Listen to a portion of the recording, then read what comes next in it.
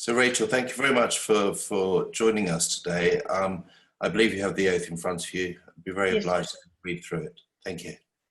Okay, I, Rachel Vaughan, solemnly affirm by all that is sacred and righteous that my testimony is given freely and without coercion and is the truth, the whole truth, and nothing but the truth, so help me God. Thank you very much. We're very obliged for you for giving that testimony. Obviously, everything that you say is of great importance, and it's very important that you yourself believe that what you're saying is going to be of relevance to those who are going to be listening, but also that it is the truth, as you understand it and have experienced it. And I want you to feel free to say whatever you need to say here. This is not a court about you. It is an inquiry, and it's one in which we wish to, from time to time, ask questions. So forgive us if we stop you every now and then. We ask things that we think need clarity or some clarification.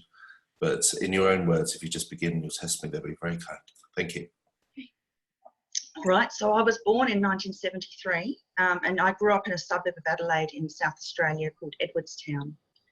I'm speaking to you today about an organised group of pedophiles in South Australia who abused me physically, sexually, emotionally, and through satanic ritual abuse spiritually throughout my childhood. What I suffered at their hands was terrible, but what I was forced to witness being done to other children was far worse. During my childhood, I witnessed the murders of 6 children. My father, Alan Maxwell McIntyre, was directly involved in all 6 of those murders. He also forced me to watch him dismember a further 2 children. I know where 2 of those children are buried. My half-brother Andrew McIntyre, who was born in 1952, backs up my allegations against our father, as he too was sexually, emotionally and physically abused by him. Andrew was also forced to perform multiple body disposals at our father's behest, incinerating them, then burying those remains at our former home in Edwardstown, South Australia. It is Andrew's intention to discuss these matters with your tribunal at a future date. We have another sibling, my half-sibling and Andrew's full sibling, Ruth Collins, who also corroborates our allegations of sexual and emotional abuse against our father in countless documents and statutory declarations, which she has written to you authorities over the past 12 years. In fact, Ruth is named in 3 books by individual authors, naming her as the only credible witness to have made allegations about what happened to the Beaumont children. The case of the 3 missing Beaumont children is a globally known instance of multiple child abductions from the same family. On Australia Day 1966, 9-year-old Jane, 7-year-old Anna and 4-year-old Grant Beaumont disappeared from the beach at Glenelg, an outer suburb of Adelaide. Since that date, local Adelaide newspapers and media outlets have kept up a running commentary about that terrible event and how the disappearance of the 3 innocent children changed the way Australian parents looked after their kids forever. It is considered one of Australia's most baffling cold cases. Andrew corroborates Ruth's account of what happened at our home on Australia Day 1966 and what occurred in the weeks both before and afterward. Both Ruth and Andrew have alleged that both our father and Anthony Munro were involved in the abduction and disappearance of Jane, Anna and Grant Beaumont. Whilst that is Ruth and Andrew's story to tell, I bring it to your attention as my father has been widely named as a person of interest in the disappearance of the Beaumont children since 2007. Google his name and countless articles appear naming Alan Maxwell McIntyre as a person of interest in that case. My father was never charged, never prosecuted by South Australian police, not for the sexual abuse of his 3 children and not for the murders that he committed. Alan Maxwell McIntyre died a free man on the 13th of June 2017. He lived out his life, openly bragging about the fact that none of his children could ever have him charged with incest, as he had immunity from prosecution because of his knowledge concerning important people. 2 more witnesses have come forward and made allegations in 2018 to South Australian police. Those allegations being that our father's close associate and twice convicted pedophile Anthony Munro was involved in the abduction and disappearance of the Beaumont children. In fact, my father named Anthony Munro on camera as being responsible for the Beaumont children's disappearance in a filmed interview with journalist Brian Litley in 2015. Adding to validating the 5 aforementioned witness allegations that Anthony Munro, also known as Tony Munro, was involved in the Beaumont abductions is a salvage and expedition diary co-written by my brother, Andrew, in 1966. This diary chronicles the activities of our father, Anthony Munro, and several members of a men and boys salvage and expedition club, which put them all on Glenelg Beach in the days and weeks leading up to the Beaumont disappearance. Although Ruth, Andrew, and myself were unable to have our father incarcerated for our abuse, my brother Andrew has had success in incarcerating one of his perpetrators for child sex abuse. In 2016, Andrew and another man had Anthony Munro convicted and sentenced to 10 years jail for the brutal sex abuse they endured in the 1960s. Allegedly, the offences occurred at the same time of the Beaumont children's disappearance. I allege that the Salvage and Expedition Club, of which Anthony Munro and my father were members, was in fact an adjunct to another of my father's sordid group, which also predated upon children. The second group I refer to has been dubbed by local media as the family. It is my allegation that my father was this particular group's body boy. Allegedly, the family have enjoyed well-documented protection from legal prosecution for decades. The family abuses have been felt by hundreds of victims in Adelaide and beyond since the 1950s. Many of those victims, including myself, have been vocal about that abuse.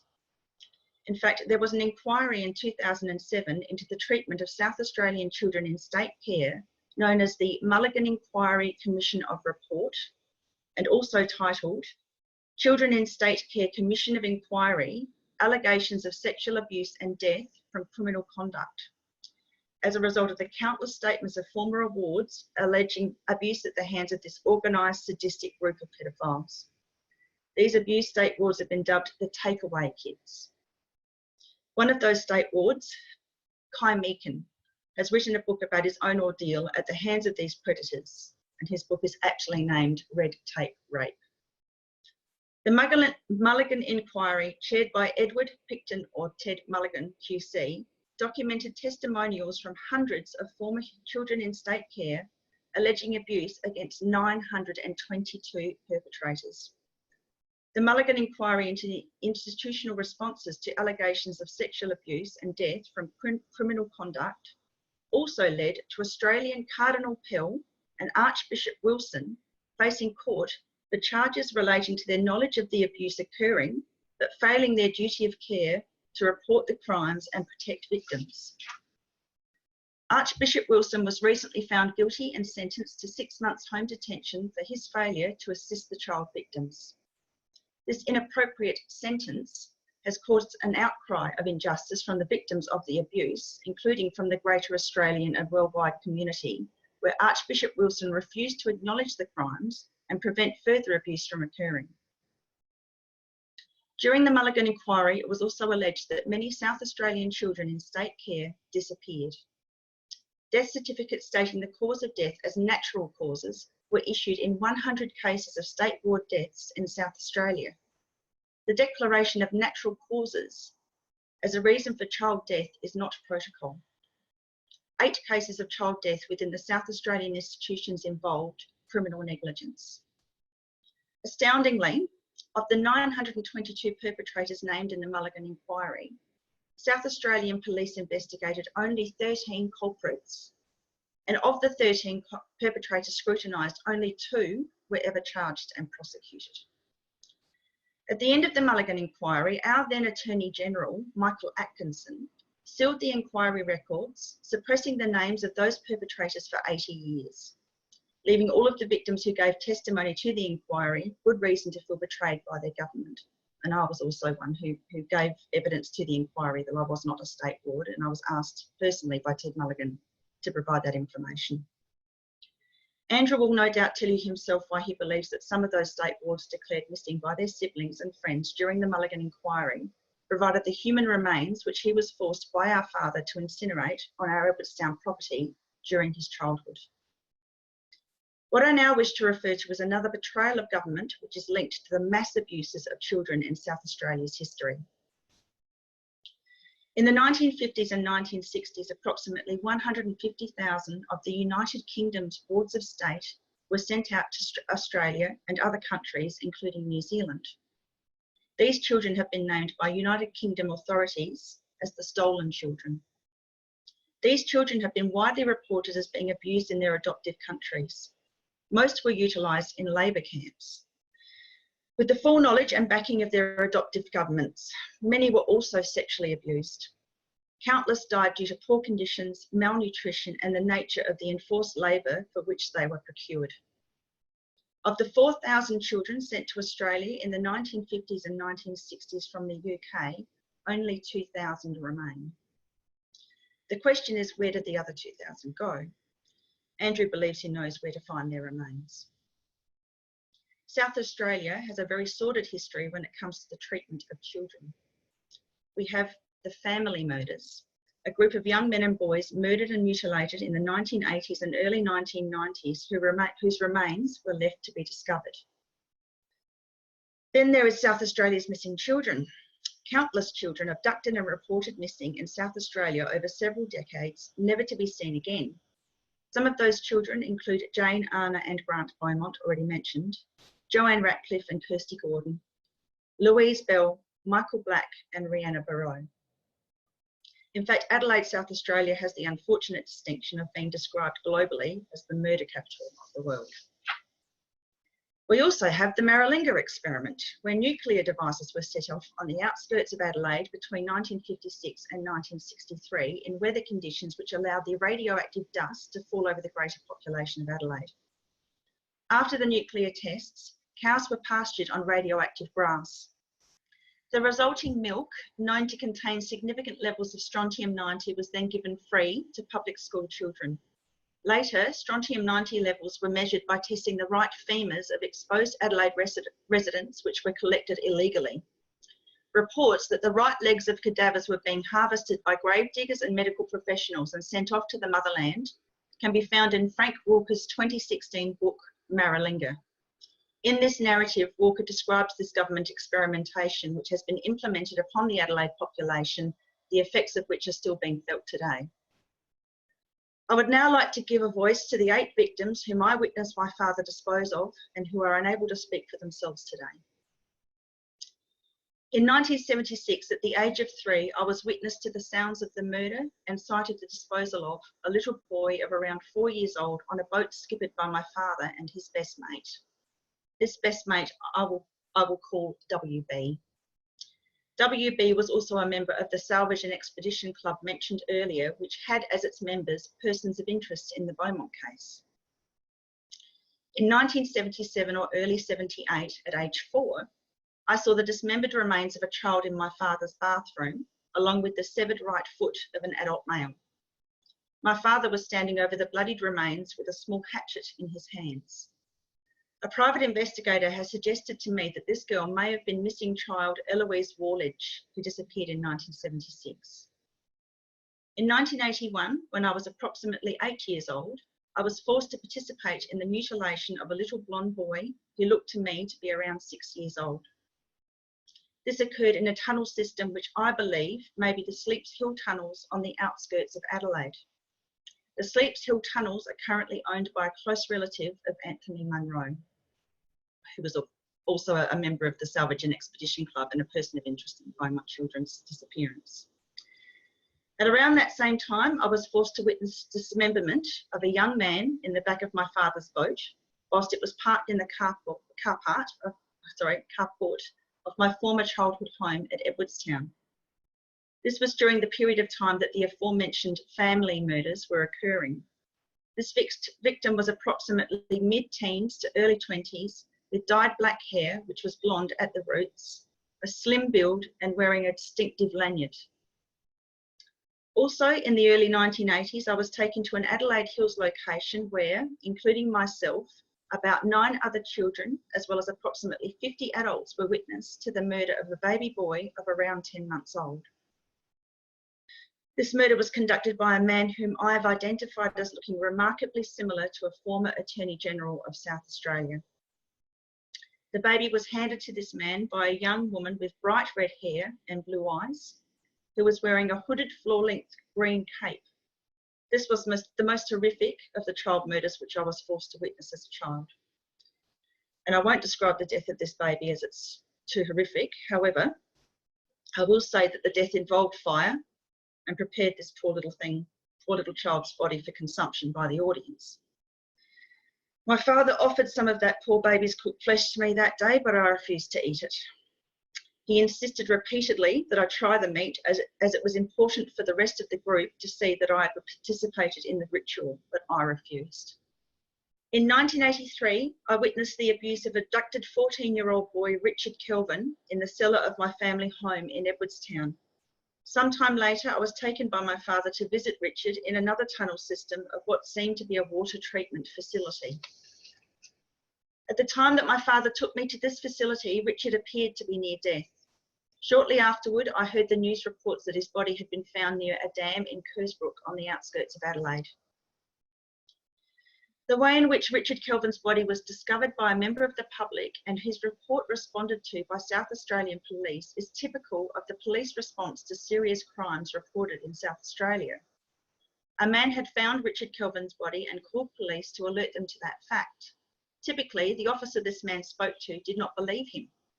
It has been reported that it took some convincing for authorities to finally turn up to take Richard's body away. There is a known culture within the South Australian Police Force where people reporting crimes of serious offences, especially sexual assault, are treated as delusional. Even more disturbing, the organisation which takes the reports, called Crime Stoppers, is not even government owned. All reports of historical crimes must be made through Crime Stoppers before a police response can be elicited. The people manning these phone lines typically treat reporters of serious crimes as nuisance callers. In 1983, I was also witness to my father perpetrating the abuse and murder of abducted 10-year-old girl, Louise Bell. Louise Bell was abducted in January 1983. At some time around June of that year, I found Louise gagged in the cellar underneath our family home in Edwardstown. For approximately 3 months, Louise was kept a captive of my father in our cellar. During that time, in around June of 1983, Louise, family murder victim Richard Kelvin, and myself were abused and filmed together by my father, suffering and being forced to participate in sexual acts. Not many people had filming equipment in Australia in the 1980s. However, my father had access to state-of-the-art video and filming equipment as a result of his associations with Adelaide's Channel 9 studios. There have been many connections between my family and the family of murdered teen Richard Kelvin. My sister, Claire McIntyre, now deceased, owned a house in Tranmere with Richard's aunt Carol. My second cousin, Penny Ann, was a producer at Channel 9 Studios in Adelaide, where Richard's father, Rob Kelvin, was a newsreader. The Kelvins purchased Penny Ann's North Adelaide home. The Kelvins were at McIntyre family barbecues, and I met Richard several times prior to the awful events which led to his death. It has been reported to me that Richard was working for my father's sister, Barbara Adams, at one of her childcare centres prior to his abduction. During the time that Louise Bell was held captive under our Edwardstown home, she and myself were both abused by then Chief Inspector of Police, Graham Bennett Fraser. Between 1981 and 1983, former Chief Inspector of Police Graham Bennett Fraser was also abusing 2 other young girls, one also 9 years old. In 1986, when those 2 girls first made allegations against Fraser, his punishment was simply demotion from his rank as Chief Inspector of Police to simply Inspector of Police. This was due to a 1984 statute of limitations preventing paedophilic crimes perpetrated prior to 1984 being prosecuted in South Australia. That ridiculous statute was overturned some 10 years ago, thanks to a group of dedicated volunteers, including my sister Ruth Collins. Overturning the statute of limitations contributed to Fraser and others finally being charged for criminal child sexual abuses which were perpetrated prior to 1984. As a result of the statutes of limitations removal in 2009, Fraser was convicted and jailed for the abuses of those 2 girls, and he was up for parole in 2017. I put it to you all here that the very existence of that 1984 statute of limitations proves that terrible things happen to children in South Australia. In 2012, I first made allegations to South Australian Police that former Chief Inspector Graham Bennett Fraser sexually abused Louise Bell and myself in 1983 when I was 9 and Louise was reportedly 10 years old. I made these allegations against Graham Bennett Fraser at the same time that I alleged that my father had killed Louise Bell in front of me in September 1983, after which my father buried her in our Edwardstown backyard. These allegations were reported in a statutory declaration which I handed to my local police officer in Galway on the 19th of January 2012.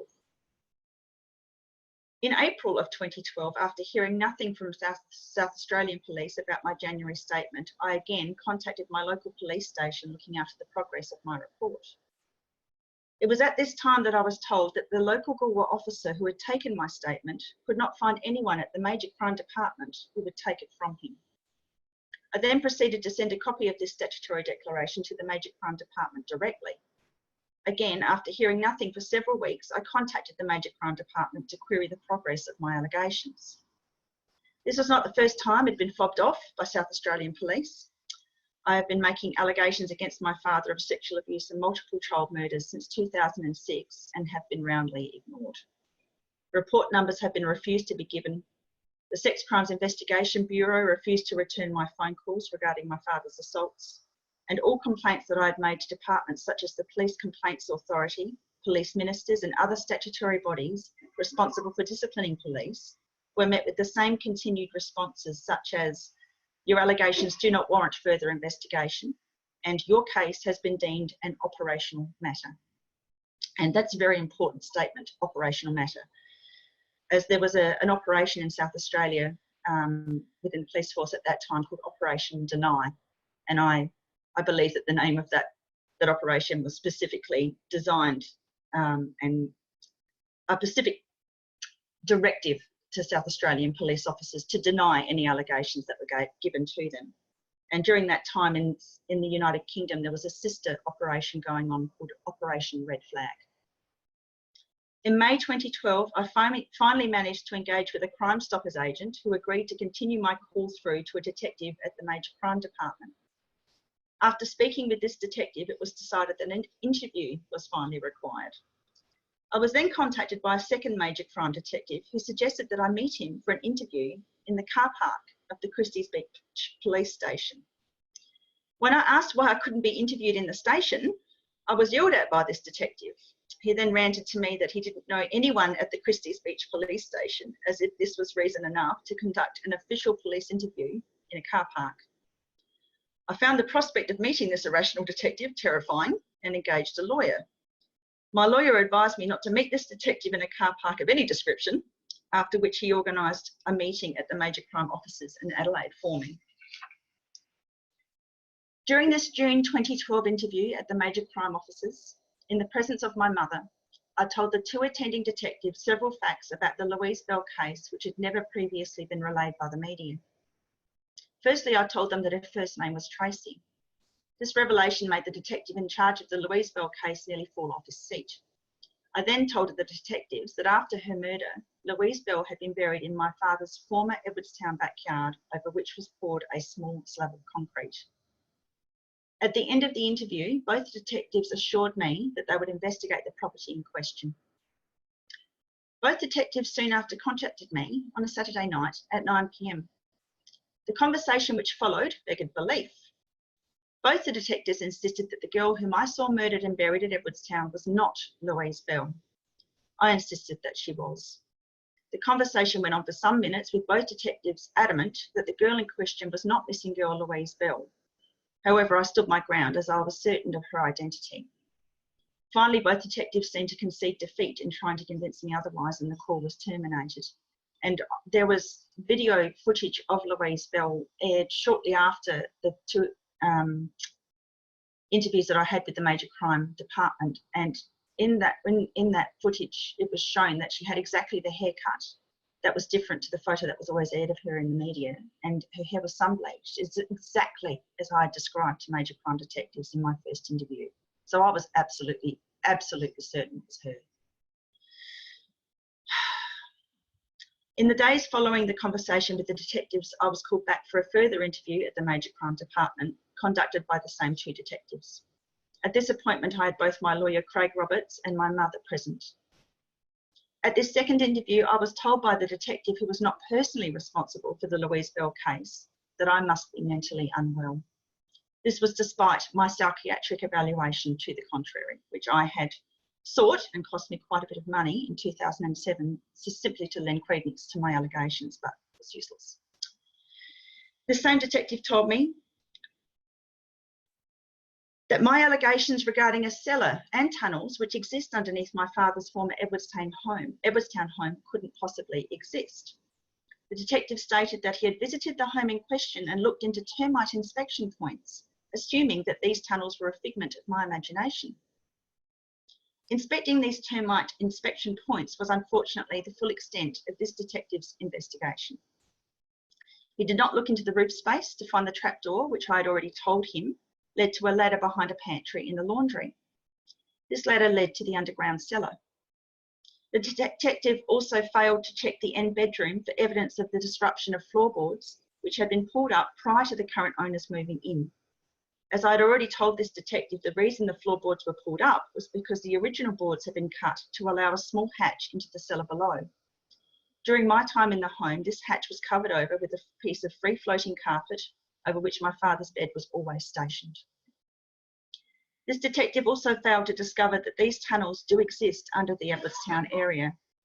I have a private investigator who has furnished me with a plethora of documentation of those tunnels, including photographs of the many tunnel openings in the area, houses with access to the tunnels, and industrial complexes in Edwardstown which document those tunnels in detail. Finally, this detective also failed to take ground-penetrating radar equipment to the place where I allege Louise Bell is buried and scan for her remains. It has been brought to my attention by a child protection advocate that the tunnels underneath the Edwardstown area are still being used today by a group of organised pedophiles who use those edifices to traffic children from one house to another. I allege that some of the houses in question which sit over this tunnel system with access are owned by members of this organised group of predators. How do I know this? Because the child protection advocate with whom I am in contact is the support person of a child who is currently being abused in those tunnels and whose abusive parent owns a home with access to the same underground system.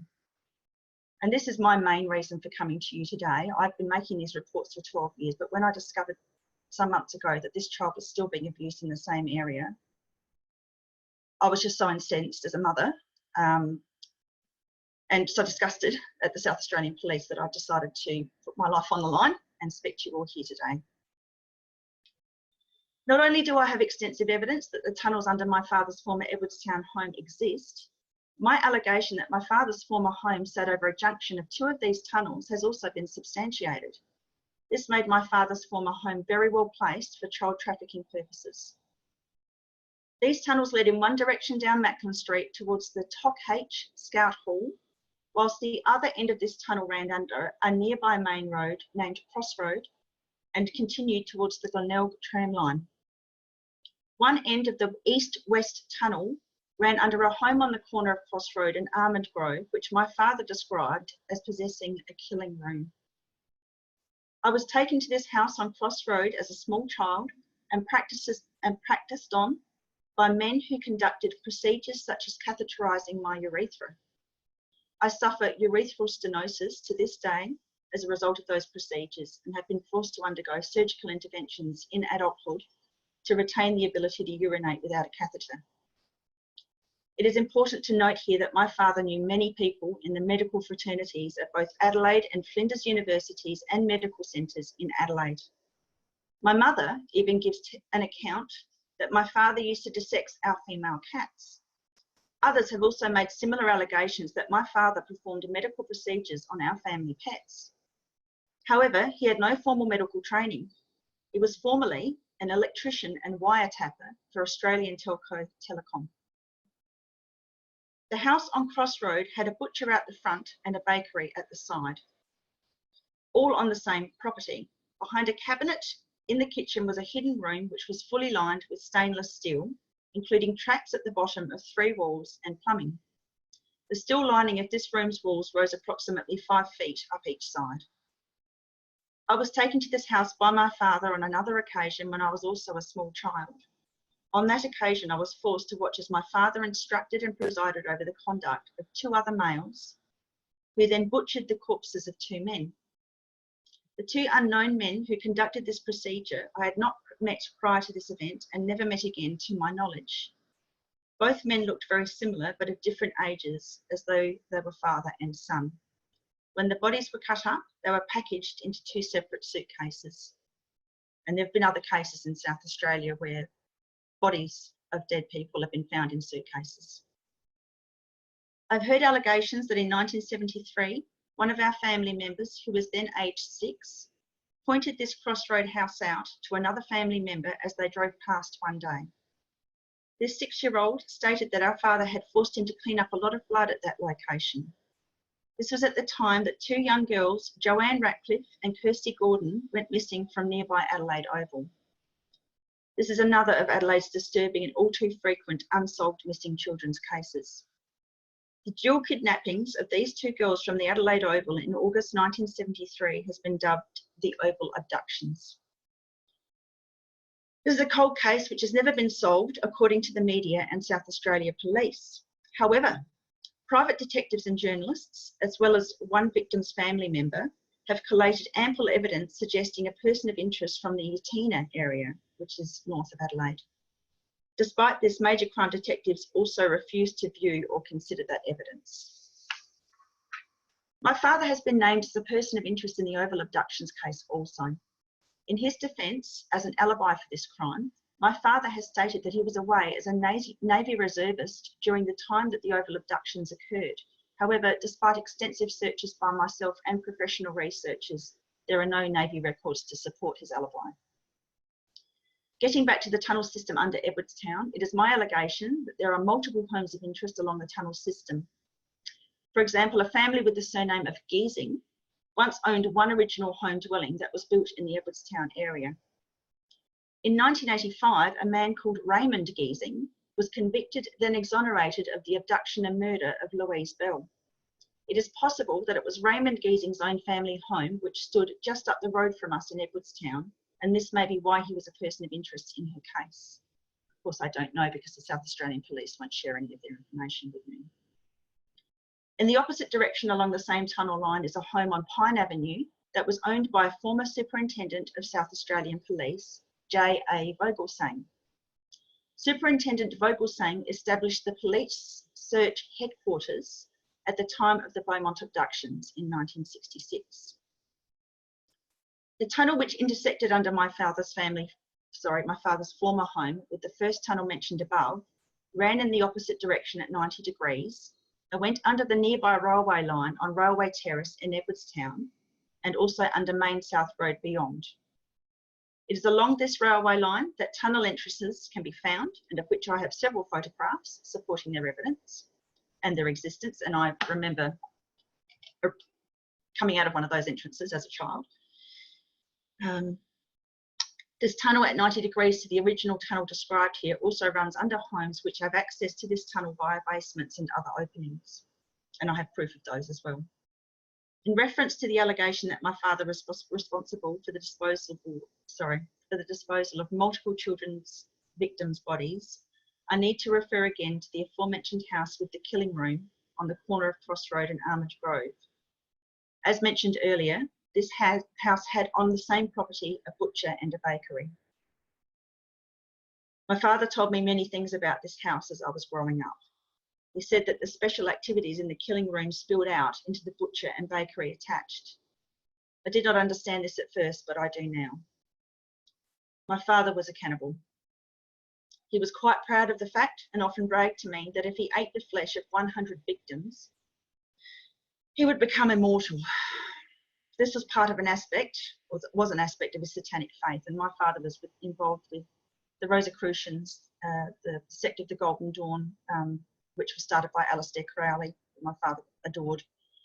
And my family has a very long history with Freemasonry. My grandfather, Joseph Wright, was supposed to have been the head of the Freemasons in his time.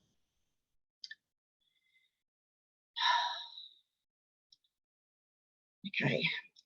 My father alleged to me as a child that the bakery and butcher on the property with the killing room on Cross Road was there for butchering and selling people human flesh, and that was only sold to special customers who knew how to introduce themselves correctly. In fact, a private detective has shown me a particular type of sticker that can be found on certain Adelaide butchers, which has a King K on it. And by King K, it's a K with a crown above it, and is reportedly a signal to Freemasons, Rosicrucians and members of other satanic cults in Adelaide that human flesh is sold there. The butcher on Cross Road outside this house still reportedly sports this sticker, and I've been sent a photograph to show that. This would suggest that clandestine activities in the Edwardstown area are still in operation. The saddest and most infuriating part of my allegation about these tunnels is the fact that had my testimony been properly investigated in 2012, the little child who is currently being abused in Edwardstown may never have been abused in that location. Further to the interviews conducted at the Major Crime Department in 2012, I wasn't just told that I must be mentally unwell and the tunnels in Edwardstown couldn't possibly exist. I was also told by the detective who was the official officer on the Bell case that every child born in Australia receives a birth certificate. This was an astoundingly naive assertion by a major crime detective, and my lawyer interjected on my behalf at this point in the interview. The detective made this ridiculous assertion in response to further allegations I had made about the aforementioned baby boy, whom I saw ritually abused and murdered in the early 1980s. Not long after the humiliation of this second major crime interview, announcements were aired in the media that a section of the former backyard of a man named Dieter Fennick was to be excavated in the hope of exhuming the remains of Louise Bell. When I heard this, I became frustrated that my allegations were still being ignored by the Major Crime Department despite my interview.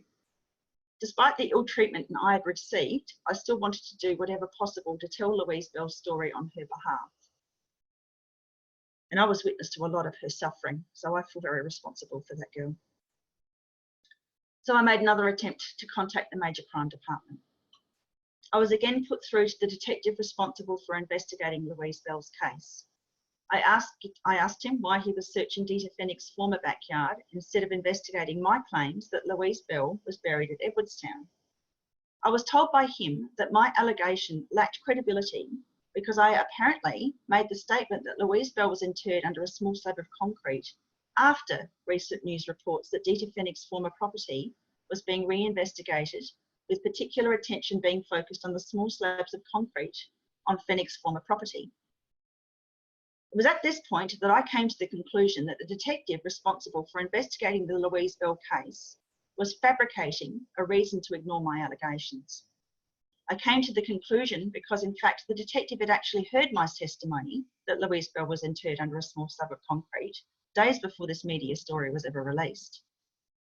In fact, the first time that I alleged Louise Bell's remains are buried under a small slab of concrete was to my brother Andrew in a phone conversation on the 5th of September 2009, and my brother is happy to attest to that fact. The first official allegation that I made that Louise Bell is buried under a small slab of concrete was in a statutory declaration to the South Australian Police on the 29th of September 2009. On the 1st of August 2016, I took my allegations about Louise Bell's murder to the Independent Commission Against Corruption. I was soon informed by an officer of that commission that I could not make allegations to them because my statement involved the misconduct of a police officer. I was then referred to the Police Ombudsman's Office. I then took my allegations to the Police Ombudsman's Office and was again told that my statement was not to be investigated. I rang the Police Ombudsman's Office and asked why my allegations were being ignored. I was then put through to the officer responsible for recommending allegations to the Police Ombudsman, a man who I will name here as WM. WM was formerly an officer employed by the Police Complaints Authority and with whom I had already had interactions. In fact, WM told me in 2012, as an officer of the PCA, that none of my allegations were ever to be investigated by that authority and that he was the only officer I would ever be able to speak to in that department. He also told me during this 2012 phone conversation that I had been dealt with already. And he repeated this admonition 3 times during our 2012 discussion. I might add that it was said most menacingly. There is more to my efforts to have the Louise Bell case adequately investigated, but trying to explain it all here is difficult. In 2016, Dita Fennig was convicted of the abduction and murder of Louise Bell, despite my allegations. This was based on DNA evidence found on Louise's pyjama top, which she was wearing on the night of her abduction, and which was later placed on her neighbour's lawn by an unknown person to be submitted as evidence. In other words, this was left out to be found. It could easily have been contaminated. Despite my contact with the Department of Police Prosecutions in 2016, my allegations were never discussed during Dita Fennig's trial. However, during the trial, a letter did suspend the trial for some time, but again, I do not know if that was anything to do with my allegations.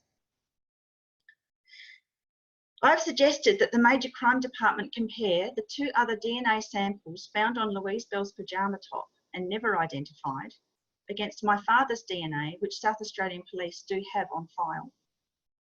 I wish now to discuss the final murder which I was forced to witness as a child. This murder was perpetrated in 1987 by my father in the bathroom of our Edwardstown home. The victim was a blonde, blue-eyed boy of approximately 12 years of age. My father and his 3rd wife completely remodelled this bathroom following this boy's murder. Although the tiles were all removed and replaced, it is likely that some of this boy's remains are still embedded in the brickwork of the bathroom wall which stood behind him when my father shot him in the head with his rifle. So that concludes the murders and mutilations I was forced to witness as a child. And what follows is an overview of my attempts to have my allegations properly investigated by South Australian authorities and authorities in Australia in general. I have contacted over 70 individuals and 20 different departments in attempts to have my statements of abuse and child murder adequately looked into. These include the Crime Stoppers organisation already mentioned, the Adelaide Sex Crimes Investigation Bureau, the Adelaide Major Crime Department, the Mulligan Inquiry, the Victims' Rights Commissioner, the Police Complaints Bureau, which I need to mention was disbanded in 2009 amid allegations of corruption and inaction, the Queensland Paedophile Task Force, the Independent Commission into Corruption, various police ombudsmen, and again I need to mention that in 2016 the Police Ombudsman's Office was also made defunct due to allegations of inaction and corruption. The Office of Public Integrity, and I love the name of that office because again they're completely useless and did nothing to help me. The Internal Investigations Section of South Australian Police, the Department of Police Prosecution, the Legal Services Commission, the Australian Federal Police, 2 former Prime Ministers, 4 Senators and 23 individual South Australian parliamentarians. 4 of those parliamentarians made the effort to personally meet with me to discuss my allegations and referred my matter for further investigation to the appropriate authorities. South Australian Police similarly ignored 3 of the parliamentarians who made efforts on my behalf to force an investigation into my claims. It wasn't until 2016 when Member of Parliament Rebecca Sharkey responded to my request for assistance that the Special Crimes Unit finally took action against my father for one of the sexual crimes he perpetrated against me. This was a full 10 years from the time I first made official allegations to South Australian Police about this particular assault. The assault in question is important to describe here as it indicates my father's involvement in cult activity. In 1975, at the age of 30 months, I was just out of nappies at the time, my father sadistically and ritually cut into the mucosa of my rectal wall with a curved blade knife, after which he raped me anally. He also subjected my sister Ruth to the same ordeal when she was 4 years old. A child protection advocate who is well versed in the activities of Luciferian and Ordo Templi Orientis cults, having recently heard my testimony about this assault, has indicated to me that this knife is reminiscent of a bowline knife or Celtic sickle utilised by such cults. On the 25th of July 2008, I received a medical report from Professor of Colorectal Surgery, Nicholas Reiger. Professor Reiger had medically examined me at his North Adelaide rooms some weeks beforehand. Professor Reiger's medical report states that the internal injuries which I described to him, which culminated in a permanent cutaneous nerve defect, are consistent with my allegations that my father inflicted this injury upon me. In fact, Professor Reiger explained to me that the only way to create this sort of internal cutaneous nerve defect is to introduce a sharp object to the area and cut through the nerve and mucosa. Professor Reiger in the same report offered to appear in a court of law and make this declaration on my behalf. It took me a further 7 years and the intervention of parliamentarian Rebecca Sharkey before I was able to find a South Australian police officer to take Professor Reiger's report as substantiation of my claims of anal assault against my father. I have given detail about this particular assault here as it is significant in comparison to similar injuries sustained by family murder victims in the 1980s and 90s. Unfortunately, during preliminary investigations by the Special Crimes Unit of South Australian Police regarding this assault, my father died. On the 13th of June 2017, in death as in life, my father escaped any possibility of being charged for his crimes. In exasperation after my father's death, I collated a statutory declaration of all of the assaults which were perpetrated against me by my father and other cult members during my childhood. This I submitted to the Special Crimes Unit on the 29th of November 2017. On the 2nd of February 2018, I received a letter from the Special Crimes Unit stating that the crimes outlined in my statutory declaration, which I submitted the previous November, would not be further investigated. Soon after this response from the SCU, I read in the newspaper that the new head of that department is a former Major Crime Department detective who heard my sister Ruth's allegations and those of my mother back in 2009, but did not act upon them. I now wish to read out to you the 2018 response of the Special Crimes Unit to my numerous allegations of serious crimes against multiple perpetrators outlined in that statutory declaration, as it is a perfect example of the ineffectual responses myself and siblings have received from government departments in this state over the past 12 years. And I'm quoting here from the SCU, from a Detective Senior Sergeant. Ms. Vaughan, I am in receipt of your correspondence dated 29th November 2017, where you wrote allegations against a number of persons for historic sex crimes against yourself and the murders of several children. A detective has reviewed your information. As a result of the review, I have determined that no further investigation will be conducted. The information that you have provided will remain on file. I have wondered many times over the years why my father had immunity from prosecution for paedophilia and murder throughout his lifetime. Researchers who have heard my testimony suggested that I look for information relating to MK-Ultra mind control techniques. After extensive research, I came to the conclusion that there are corresponding factors which I and other family members have experienced, which leads me to think that my father and his pedophile cult were involved with MK-Ultra mind control experimentation. My brother Andrew and I have come to believe that our father was a member of the Australian Security Intelligence Organisation known as ASIO. The best evidence to support this belief is the fact that our father worked for 40 years as a wiretapper for telecommunications company Telecom, which is now known as Telstra. Our father was also in the Navy Reserves and travelled extensively throughout the world on Navy expeditions. He also procured child pornography for the black market. I know this as I was often the subject of filming. I was filmed both at home as well as at the Channel 9 studios in Adelaide. On one occasion in 1977, when I was 3 years old, I was taken to the Channel 9 Adelaide studios and met family murder victim Richard Kelvin for the first time. I was sexually assaulted on that date by a former Adelaide radio DJ who died not long ago. Another victim of child sexual abuse who was associated with Adelaide's Channel 9 studios is Janet Priest. Janet had a well-known Channel 9 newsreader as her brother. Janet's book, A Reason to Live, released in 2005, chronicles her allegations of sexual abuse perpetrated by her pedophile father. Like me, Janet's father not only abused her sexually, he also allowed fellow pedophiles to abuse her. With regard to declarations by South Australian police employees that there is not one shred of credible evidence supporting allegations that my father perpetrated serious crimes, I have this to say. There is, I allege, solid physical evidence of my father's multiple child murder victims at 2 of his former properties in Stansbury and Edwardstown.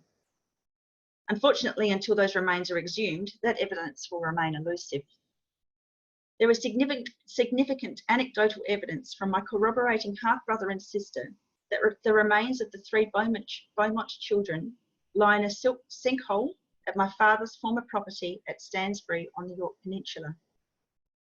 In fact, Ruth and Andrew's witness accounts giving credence to this belief is convincing enough for third parties involved with a Facebook page called In Memory of the Beaumont Children Missing Since 1966 to publish a petition to force South Australian Police to exhume the remains of Jane, Anna and Grant Beaumont from this Stansbury sinkhole. And at last check, over 4,800 people have signed the petition. The petition was fuelled by administrators of that site, including journalist Brian Litley, who interviewed my father extensively about allegations brought against him by Ruth and Andrew in the years before his death. It is from one of these interviews that I will now quote my father's own declaration about what happened to the Beaumont children in 1966, and I quote, "I know a lot about the Beaumont killings. I want the whole bloody mess looked at. Now I'll get around to who killed the Beaumonts. You want to know about Tony Munro? He is deeply involved. He is one of the most evil pieces of work that ever drew breath. Munro turned up with the 3 bodies in the back of the car." And I quote that, and that is my father. Here my father substantiates my sister Ruth's claims that the Beaumont children were shown to her in the boot of our father's car on Australia Day 1966, a claim that she's been making since 2007. The car was parked outside our Edwardstown property at this time. In the same interview, my father went further to claim that Anthony Munro, and I quote, "arrived at my house on the 26th of January with the 3 children in the boot of my car. I didn't even own the car and it never happened when I was there. I believe Munro is up to his eyeballs in this," end quote. In a signed letter, which my father wrote to a major crime detective in 2012, which predates this interview, my father also states the following: "Tony Munro is a person of interest to Detective Brian Swan." At the time my father wrote this in 2012, Detective Brian Swan was the presiding officer over the Beaumont children's disappearance. What follows now is a statement my father made in a filmed interview, again with journalist Brian Litley, in which he acknowledges finding his good mate and convicted pedophile Anthony Munro in bed with his young son Andrew. And I quote, "I caught him in bed with my son. They were bundled and naked. I didn't make a scene. He was a boy, a beautiful boy. He was my son and he was in love with a scoutmaster," end quote. And Tony Munro was Andrew's scoutmaster. At the time that my father states that he found the adult Anthony Munro with my brother, Andrew was only 13 years old. Munro had been abusing him for years. I allege here that only a pedophile could find a grown adult male naked in bed with his juvenile son and not make a fuss. For my father to then try to blame the interaction on Andrew by stating that Andrew was in love with his scoutmaster is offensive in the extreme, an outright lie, according to Andrew, and is again an indictment of my father's status as a pedophile. Earlier this year, the back property of a factory in North Plympton, just a short walk from Edwardstown, was exhumed in the hope of finding the remains of the Beaumont children. The exhumation of this land was based entirely upon the witness account of just one man. Amid a furor of media reports, the dig at this North Plympton site yielded nothing but animal bones. Despite this failure, the Major Crime Department in Adelaide have continued to refuse to exhume the sinkhole at Stansbury. Despite my witness testimony of the murder and burial of Louise Bell, as well as another child who was murdered and buried there in 1987, my father's former property at Edwardstown has not been excavated. It has been put to me over the past 12 years amidst assumptions of false memory syndrome and mass hysteria by members of my family who do not wish to believe that my father, Alan Maxwell McIntyre, was a murderer and terrorist, that I and my corroborating siblings have made up these allegations against our father for attention or financial gain. There has been no financial gain in my fight to bring these crimes to light, but there has been enormous cost. The negative attention which my attempts to tell the truth of my childhood has elicited the most cruel, vindictive and painful reactions from my once loved family members, who chose to take my father's side over my own and those of Andrew and Ruth as well. In fact, it's been a rocky path for me since I began making allegations in 2006. I wish that I could pretend that these things did not happen, as so many of my family members have managed to do. Unfortunately, the survivor guilt with which I suffer on a daily basis will not allow me to put my head in the sand and pretend that these events did not occur. Not even to save those family members who have denigrated myself, Ruth and Andrew for the past 12 years, the embarrassment of having to explain their actions in protecting my father from the prosecution and scrutiny he deserved. And I say that because one of my family members contacted me early last year and stated that if I didn't stop my crusade, that many members of my family would have to suicide. It is justice enough that my family will in future have to accept that their misguided efforts have robbed our father's victims of any opportunity for true justice. In speaking about these crimes and the perpetrators who abused me, I have put myself in serious danger. Bad things happen to whistleblowers in South Australia. My sister Claire's death in 2009 is a prime example of what happens when people refuse to keep quiet about terrible crimes in South Australia.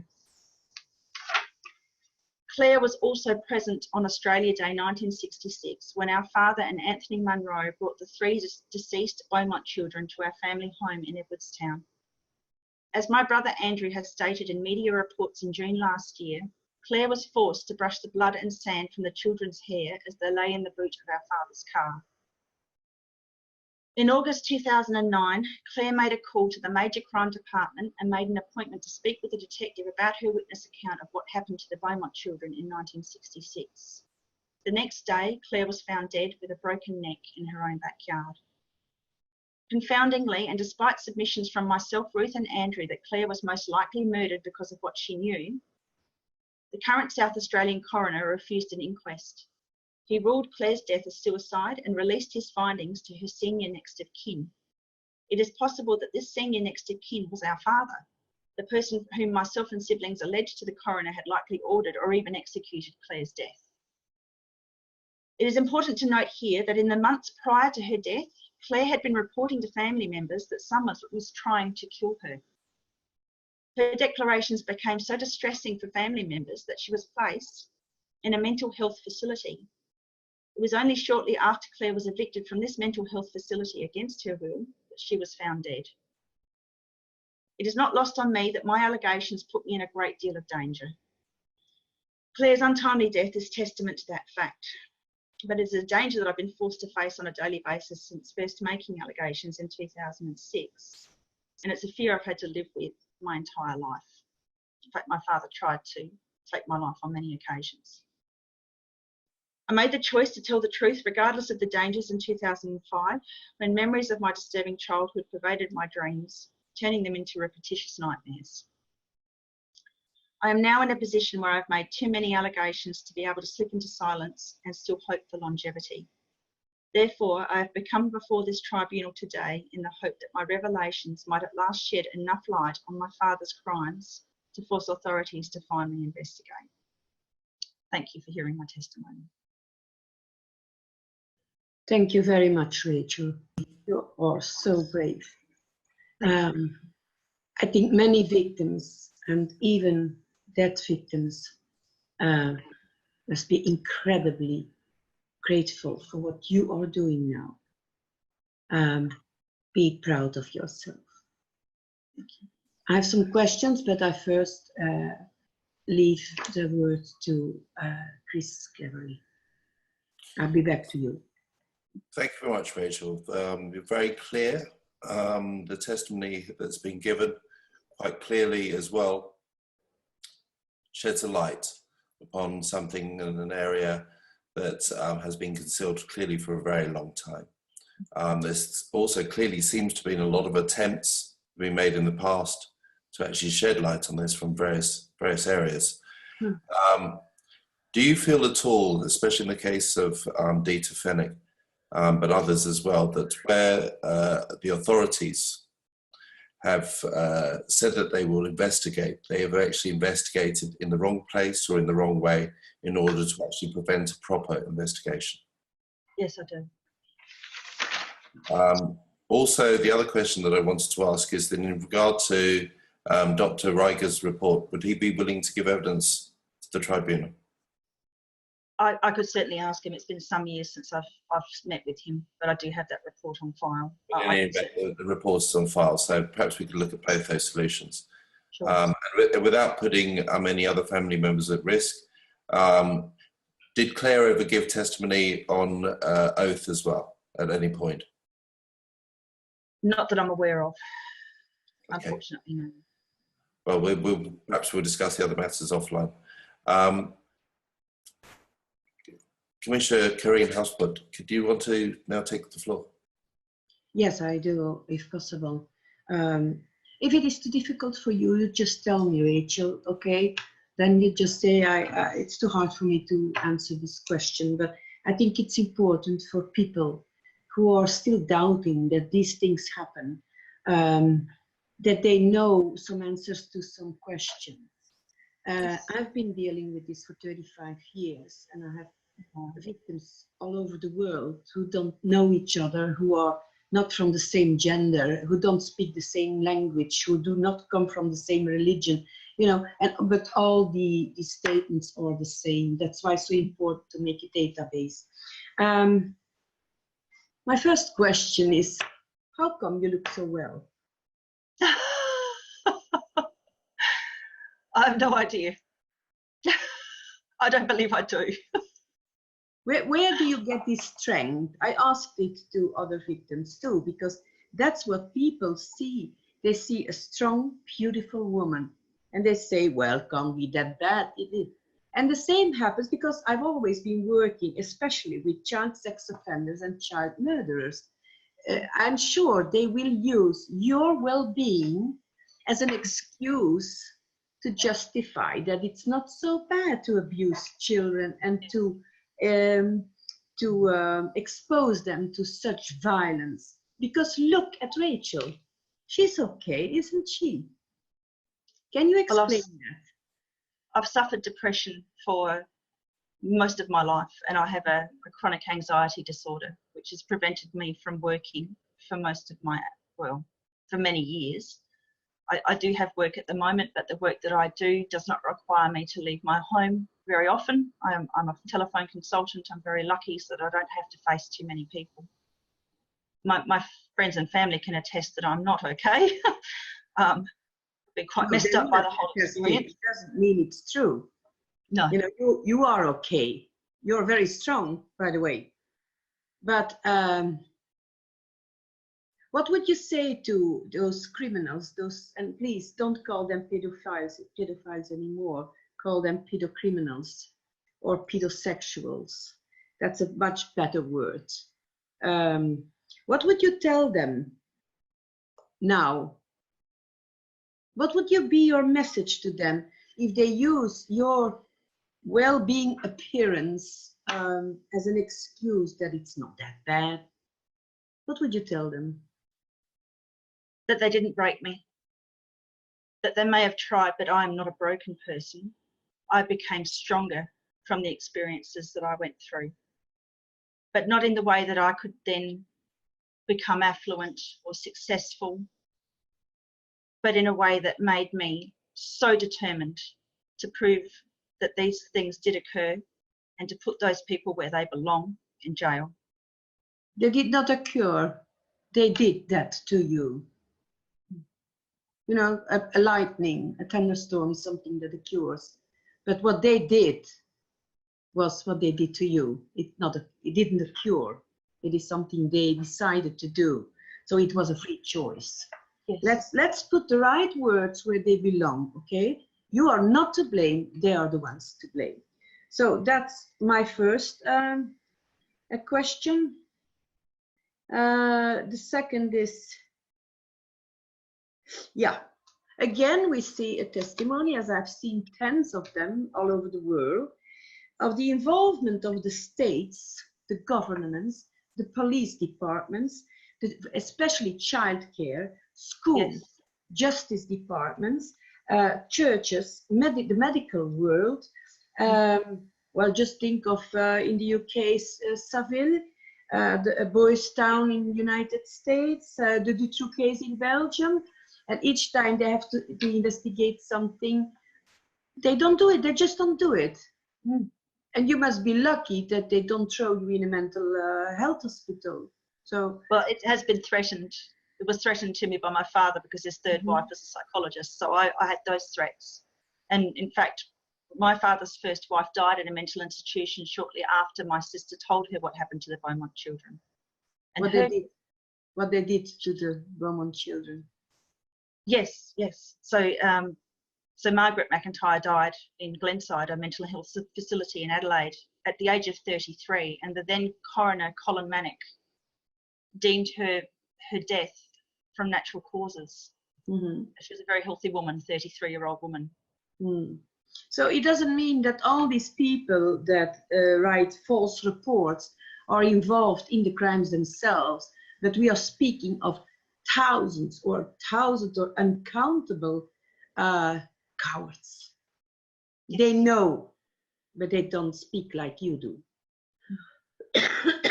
I would like those cowards to finally get out of the dark and start talking. And there are many, be it in childcare, be it the coroner, be it the doctor, be it the judge. Talk. What religion had your father? He was a member of the Golden Dawn sect and a Rosicrucian, and I believe he was also a Freemason. But that's not a religion, is it? Well, depends on where you come from. What was your father's profession? In fact, was an electrician. He was an electrician, but he wiretapped, so he listened into the phone calls of people on a daily basis. That was his job. So what did your mother do as a profession? Well, she was mostly a mother, but she also worked for a chiropractor as a secretary for some years. And on a financial basis, how did your family do? Middle class. My older siblings say that they were often very hungry, but I didn't experience that sort of hardship.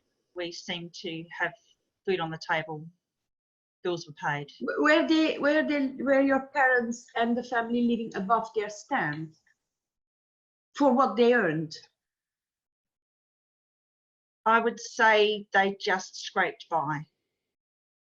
That is strange, because most of those that I see are people like your parents, but they have 4 or 5 big houses and they have no loans. They have no more. My father was always flashing money around, but he did not share that with his family. And I have had another sibling come forward to say that, and he lived just around the corner from us, and we have photographic evidence that my father was involved with his mother, to prove that my father had another family and possibly more families as well. So I think he was sharing his money between a number of households. It is very strange, because often the children are dressed very expensively, and in school normally they must see this. They must say, how is this possible? The mother is home and the father is the postman. How is it possible? They are dressed with very expensive and fancy shoes and clothes, but everybody is keeping silent. That's something that comes back again. Then I was wondering if there has been DNA investigations on the crime scenes and searches. You say that you know where somebody's are from children, but they refuse also to investigate. Yeah, I'm on 2-3 cases like this in Europe too, so it's not a surprise to me. The thing they do is making you as a victim complicit to so you would shut up. Yeah, basically, yes. What statement would you give to all these victim compliers now? There are uncountable people like you, but they dare not speak out because they were forced in complicity to commit crimes themselves. Yes. What would you tell them? The only way to have a completely clear conscience is for them to come forward, follow the lead of others like myself who are speaking up regardless of the dangers. Mm-hmm. Just do it because it's worth it. It's worth it on a soul level. I can't say that I sleep well at night still. I still have nightmares. But I know that in my heart I've tried my best. More than your best. Don't you think, and that's maybe more a question for Chris Cleverly, that we should force to change the laws concerning victims that were forced to commit crimes, so that they have the opportunity to come forward and help investigations to solution. Yes, I mean, there are those, of course, almost all those criminals have been in their childhood victims, and somehow we have to cut these circles, these vicious circles, because otherwise it will never stop. But somehow, maybe I have to discuss this with Chris later. We have to find a way for these victims that became criminals and that speak out like you do, to have other laws. yes. Because some of them were victims, were compliant to crimes, victims and criminals at the same time, but choose to become criminal. But Yes. those like you do, you preserved your soul and your consciousness, you speak out. I think this is another matter. We should have laws to encourage people like you, Yes. to be safe and to come forward to testify.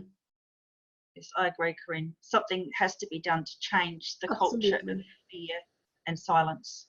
Yes, but also I think for people involved in the police, in the justice departments, they know that things are wrong, but they are too afraid for their jobs. Well, yes. I'm sorry, what does your job mean against the death or the disappearance of a child? Oh God, I so much hope hell exists. Really, I really do hope. Did you talk to the parents of the missing children about what you know about them? No, I did not. I didn't want to add any more salt to their wounds, basically. As far as they would know nothing about me, I thought that would be cruel. So no, I have not done that. No, but it is important for these parents to know where their children are, even after 30, 40 years. Is there a way, or do you know some moderator who can be a kind of an in-between you and these parents? I so have you been can put very more pressure. Via the parents, you can put more pressure to force the police to do their jobs. Well, I was rather hoping that that would occur. I did go forward. I've been very public on Facebook and in other media areas about my allegations. I think you've probably done as much as you probably can as an individual going through the experience that you're going through at the moment.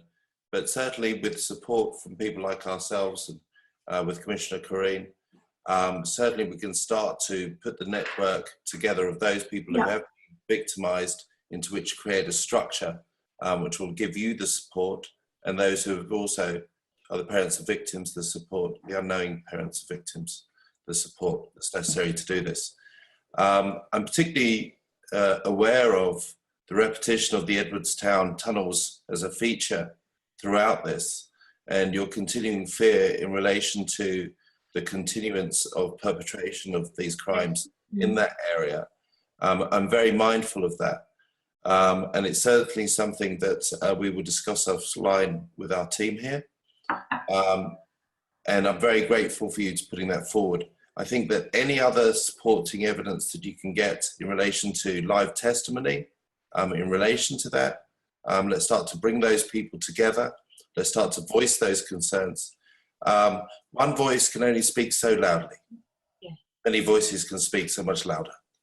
And so from us here, we very clearly wish to support you on this. I've been very moved by the testimony, as I'm sure the other commissioners have been, and we wish to support you further. I return back to Commissioner Karine Hotspot to close off for us. Karine? Oh yeah, sorry. Yes, I'm going to close off, but to those watching your statement, what do you want to say, Rachel? Ask yourselves why a person who has never been before the media before, apart from a very short interview way back in 2007, why would I keep fighting for this over the last 12 years for no financial gain and for no other reason, certainly not wanting fame. I'm a normal person. I want to fade into the background, but I'm not in a position where I'm allowed to do so. Why would I be doing this if it was not true? Absolutely. Why would I put myself in this danger? Yeah, you have nothing but trouble, but you're brave enough to do it. And it's thanks to people like you who are brave enough. And I hope a lot of people who see your testimony and the testimonies of the other brave women and men come forward as witnesses, as victims, but also from within the system. We need to change it. We need to have justice done for all these children being abused at this very moment, being tortured and killed at this very moment, but also for those who have been through this like you and who did not survive this. For all these human beings, we need justice. That's why it's the International Tribunal for Natural Justice.